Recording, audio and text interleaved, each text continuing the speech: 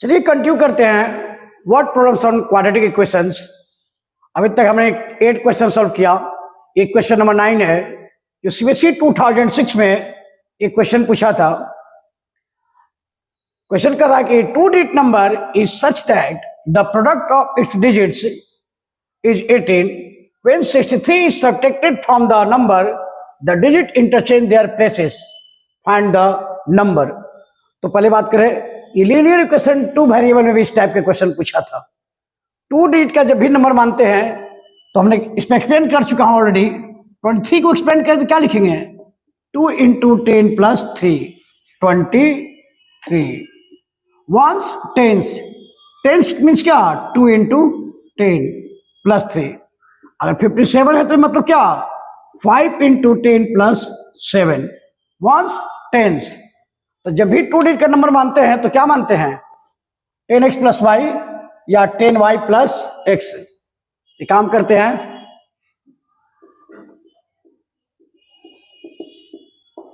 Let the ones place digit is y and tens place is x. Then 2 digit number will be 10x plus y. Ones की जगह पर Y और tense की जगह पर x, तो 10x प्लस वाई। अब लेते हैं अकॉर्डिंग टू क्वेश्चन। अब कह रहा है कि the product of its digits, तो देखिए प्रोडक्ट करते समय 10x और y मत नहीं करेंगे। जब 23 है तो प्रोडक्ट करेंगे तो क्या करेंगे? 2 इंटू 3, ना कि 20 इंटू 3। ये दो नंबर का प्रोडक्ट करना हो तो क्या करेंगे? 2 इंटू 3, ना कि 20 इंटू 3। ठीक उसी तरह से according to question the product of 2 digit 2 numbers, the product of its digits is 18। हम भी लिख देते हैं क्या? 18। तो x इक्वल टू क्या हो जाएगा? 18 बाई वाई। या लिख सकते हैं क्या? y equal to 18 by x. Depend करता है, आप जो लिखना है लिख सकते हैं। इसको मान लेते हैं क्वेश्चन 1।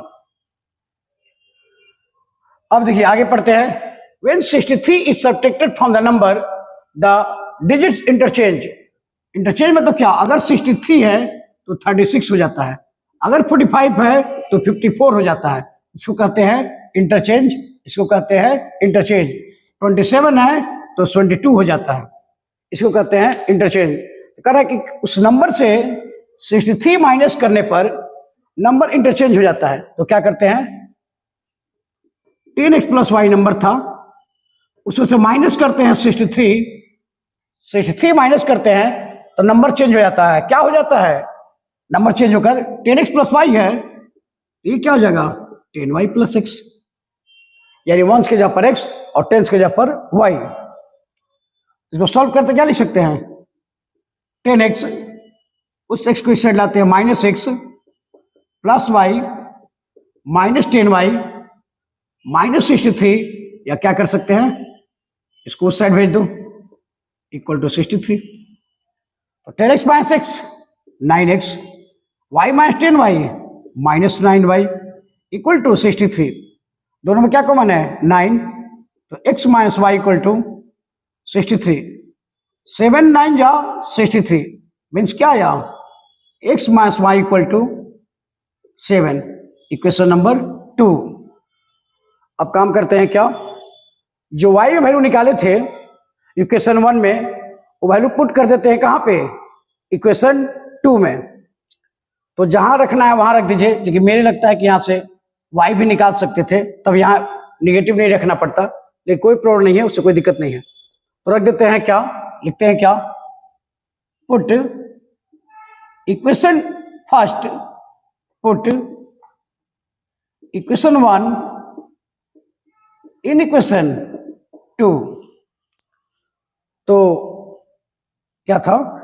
एक्स की जगह पर रख देते हैं क्या 18 by y, 18 by y minus y equal to 7।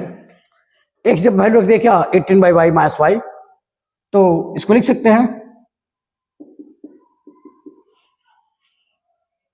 Cross किए 18 minus y square by y equal to 7, लिख सकते हैं 18 minus y square equal to 7y, तो लिख सकते हैं क्या y square plus 7y minus 18 equal to 0। Quadratic equation के फॉर्म में लिखे तो 9 टू जाए 80 है, 9 में से 2 गया 7, तो लिख सकते हैं Y square plus 9y, factorisation करने आता होगा, minus 2y equal to 18। Factorisation तो आता ही होगा, इतना क्वेश्चन बनाए हम लोग। अब क्या होगा, दोनों में क्या कॉमन दिख रहा है y, तो y प्लस 9, इस दोनों में क्या कॉमन है 2, तो y प्लस 9 माइनस 2 कॉमन लिए तो माइनस वाला प्लस में, माइनस वाला प्लस में equal to 0।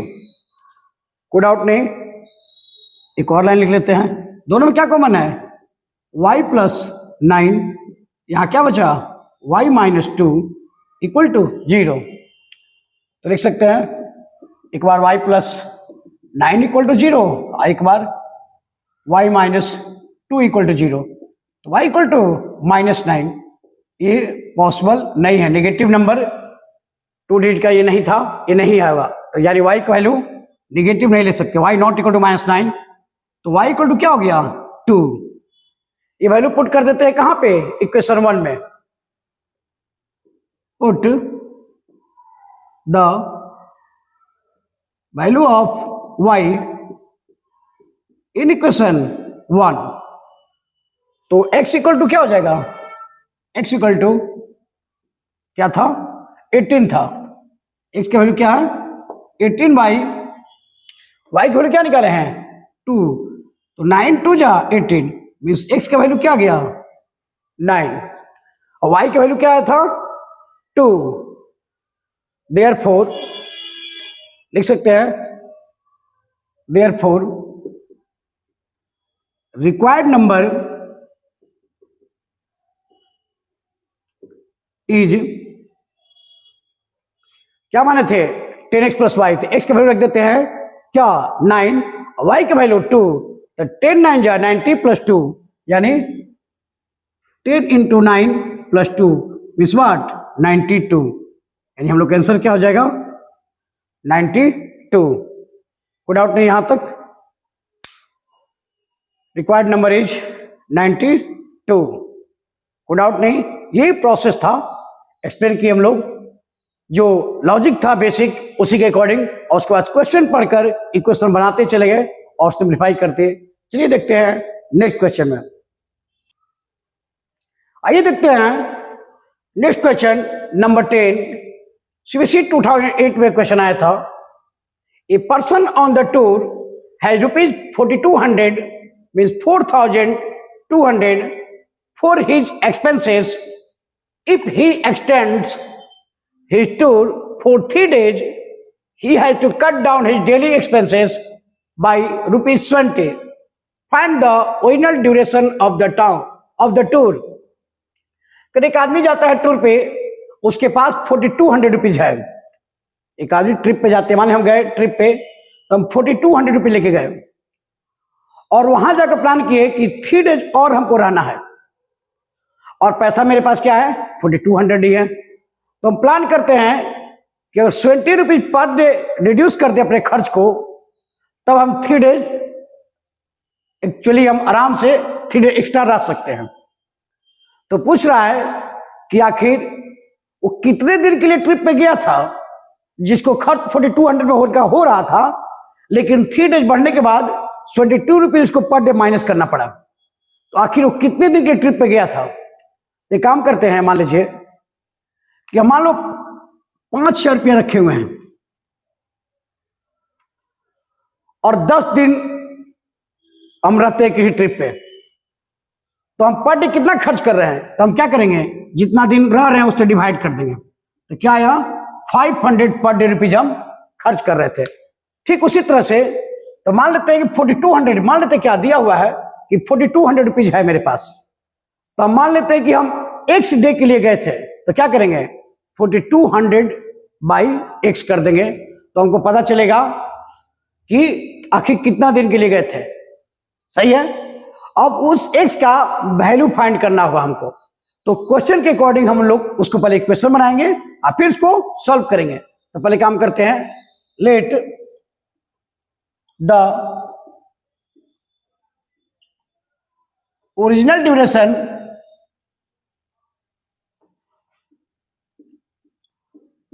Of the tour be x. मान लेते हैं कि मेरा ओरिजिनल जो ट्रिप था वो एक्स था, एक्स डेज कर लेते हैं। अब यहां देखिएगा, लिखते हैं A T Q means what, according to question he extends his tour for 3 days, 3 days के लिए बढ़ा देते हैं। तो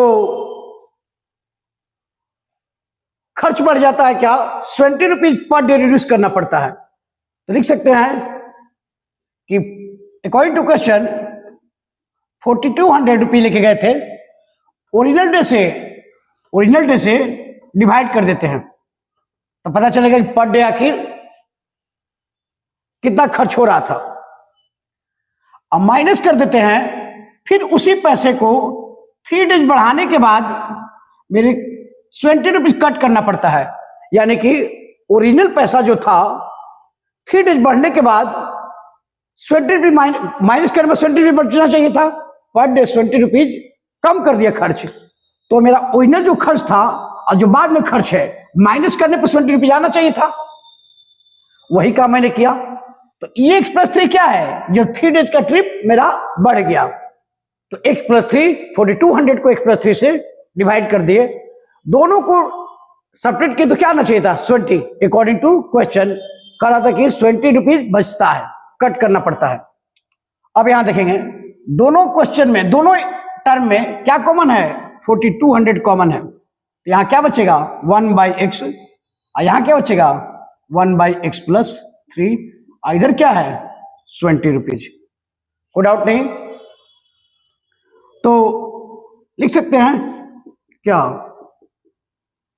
1/x minus 1/x+3 equal to 20/4200, 0 से 0 कैंसिल, 6 7 जा 42 मीन्स क्या आया 1/60, कोई डाउट नहीं, 6 7 जा 42, 6 0 60। अब यहां देखते हैं एलसीएम लेते हैं तो क्या होगा x इंटू x+3, ज्यादा समझ में आना चाहिए, कटम कुटम ज्यादा ना हो। तो 6 0 से 0 कैंसिल कर दिए थे, और 6 7 जा 42, तो 6 इंटू 0 16। अब यहां देखिएगा x+3 माइनस x, एलसीएम लिए, इधर क्या है 1/60, कोई दिक्कत नहीं, ये x और x कैंसिल, ऊपर क्या बचा 3 x into x, x square, plus 3 into x 3x equal to 1/60। Cross multiplication करते हैं, पढ़े लिखे हैं, मल्टीप्लिकेशन करने आता होगा, तो लिख सकते हैं एक्स स्क्वायर प्लस 3x, 63 जा 180, कोई डाउट नहीं। तो इसको क्वाड्रेटिक इक्वेशन के फॉर्म में लिखे तो लिख सकते हैं x square plus 3x minus 180 equal to 0, यहां कोई डाउट नहीं, कहीं कुछ मिस्टेक हुआ हो तो ध्यान देंगे, 6 इसके साथ है, कंफ्यूज ना होइएगा, 60 180 3x, कोई डाउट नहीं। अब क्या किया जाए कि 3x आ जाए, तो 80x स्क्वायर को रफ में किया जाए, मान लो कुछ नहीं, हमको नहीं आता है, तो हम क्या करेंगे, 2 से 90, 2 से 45, 3 से 15, 3 से 5, एक्चुअली मल्टीप्लाई करते तो क्या आता, -180x स्क्वायर। उसी को फैक्टराइजेशन कर रहे हैं प्राइम फैक्टराइजेशन में, और टारगेट क्या होता है, मिड टर्म को ब्रेक करने आता होगा। 2 2 या 4 3 या 12 और 5 3 या 15, या लिख सकते थे 15 इंटू 12, 15 12 या 180 भी आ जाता, और 50 में से 12 जाएगा 3 भी आ जाएगा। तो ये रफ में काम हम लोग कर सकते हैं। तो क्या लिख सकते थे, x square plus into minus, minus था तो यहां बीच में प्लस है, तो प्लस बड़े वाले के साथ और माइनस छोटे वाले के साथ, तो plus 15x minus 12x minus 180 equal to 0। कोई डाउट नहीं। अब इस रफ पार्ट को यहां से रिमूव कर देते हैं, कोई डाउट नहीं। अब यहां देखते हैं इस दोनों में क्या कॉमन है, x, तो x प्लस 15, इस दोनों में क्या कॉमन है, 12, तो x प्लस 15 इक्वल टू 0। अब इस दोनों में क्या कॉमन है, x प्लस 15, तो यहां क्या बचा, x माइनस 12 इक्वल टू 0। तो लिख सकते हैं एक बार x प्लस 15 इक्वल टू 0 और एक बार x माइनस 12 इक्वल टू 0। तो x equal to minus 15, x equal to 12, x क्या माने थे, डे, तो माइनस 15 डेज के लिए टिप तो जा नहीं सकता है क्योंकि डे कभी नेगेटिव नहीं हो सकता है। लिखेंगे क्या, x not equal to minus 15, therefore x equal to 12। लिख सकते हैं so the original duration of the tour is कितना दिन का था, 12 डेज का। सो the original duration of the tour is, ये भी लिखे टूर भी, या टूर इज जो है मैथ है, ये इंग्लिश ग्रामर नहीं है कि आपका EJMR चेक होगा, सही है। सो द ओरिजिनल, इसको भी ले लीजिए अपने में।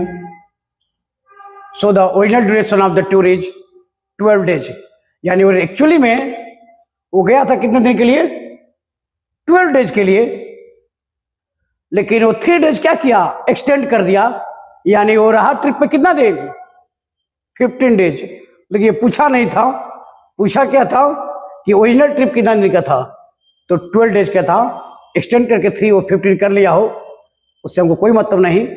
मेरा मतलब था कि ओरिजिनल डे कितना दिन के लिए ट्रिप पे गया था, स्टार्टिंग में 4200 लेकर, तो 12 डेज के लिए प्लान किया था, लेकिन 3 डेज बढ़ाना पड़ा तो उसको खर्च भी रिड्यूस करना पड़ा। यही इसका फाइनल रिजल्ट है। चलिए देखते हैं नेक्स्ट क्वेश्चन में।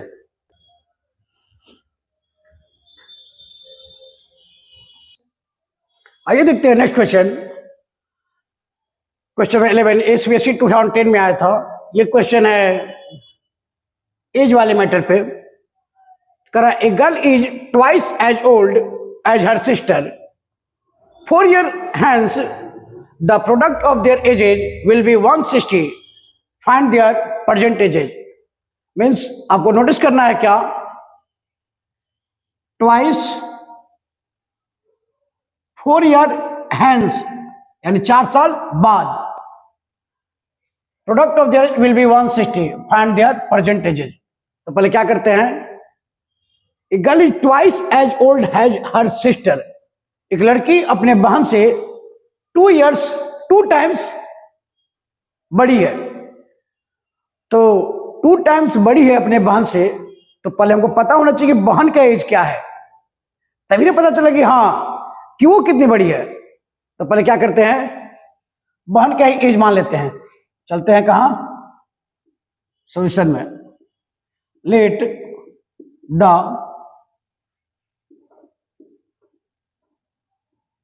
Present as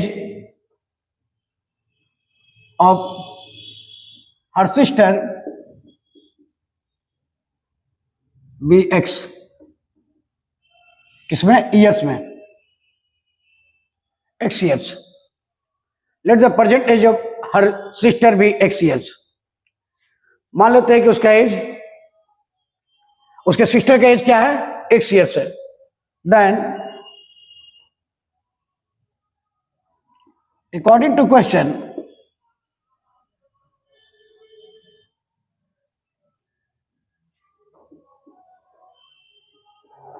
present age of girl as अपने बहन से कितना था, डबल था, 2x। कोई डाउट नहीं, ये क्या है, 2x, ट्वाइस है। नाउ या ऐसे लिख सकते हैं, then present age of girl is 2x। Now according to question क्या होना चाहिए, देयर 4 ईयर्स बाद, 4 ईयर्स बाद मीन्स क्या, दोनों का एज किसका, x प्लस 4 उस बहन के और उसमें x प्लस 4 और 2x प्लस 4, दोनों के एज में 4 साल बाद जब जोड़ेंगे हम आफ्टर 4 ईयर्स, तो मेरा भी एज 4 साल बढ़ेगा, वो लड़की का भी बढ़ेगा और उसके बहन का भी बढ़ेगा। तो x प्लस 4 2x प्लस 4 कितना होना चाहिए, 160। तो सॉल्व करते हैं, क्या लिखेंगे, लिख सकते हैं 2x square plus 2x square plus 4x plus 8x, 2x square, x into 4, 4x, 4 two जा 8, 8 से 4 4 जा 16 इक्वल टू 160। तो लिख सकते हैं सब 2x square plus 12x plus 60 minus 160 equal to 0। लिख सकते हैं 2x स्क्वायर प्लस 12x, ये क्या हो जाएगा 144, 160 माइनस 60 करेंगे तो क्या आएगा 144 इक्वल टू 0, किस में, माइनस में। काम करते हैं 2 कॉमन ले लेते हैं, तो क्या हो जाएगा x square plus 6x minus 22 equal to 0। तो लिख सकते हैं क्या, x square plus 6x minus 22 equal to 0। इसको क्या करते हैं, फैक्टराइजेशन। क्या लिख सकते हैं, 12 6 जा 22, लिख सकते हैं x square plus 12x minus 6x minus 22 equal to 0। दोनों में क्या कॉमन है, x कॉमन ले लेंगे तो क्या होगा, x प्लस 12 माइनस 6 कॉमन ले लिए तो x प्लस 12 इक्वल टू 0। अब इस दोनों में क्या कॉमन ले सकते हैं, x प्लस 12 कॉमन ले लिए, x प्लस 12 तो क्या बचा यहां, x माइनस 6 इक्वल टू 0। तो x प्लस 12 इक्वल टू एक बार 0, एक बार क्या, x minus 6 equal to 0, then x equal to minus 12 और x इक्वल टू 6। कोई डाउट नहीं। तो x निगेटिव नहीं हो सकता है, यानी एज कभी भी निगेटिव नहीं हो सकता है।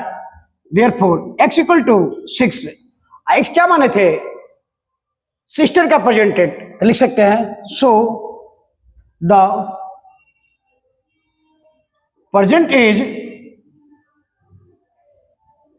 Of her sister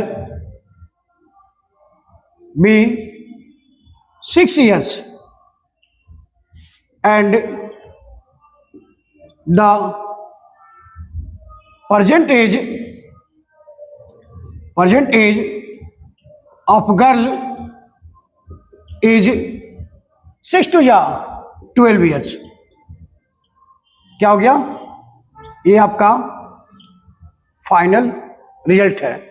present age of the her sister will be 6 years and the present age of girl is 12 years। चलिए बात करेंगे नेक्स्ट क्लास में, कंटिन्यू करेंगे वर्ड प्रॉब्लम। तब तक जय हिंद।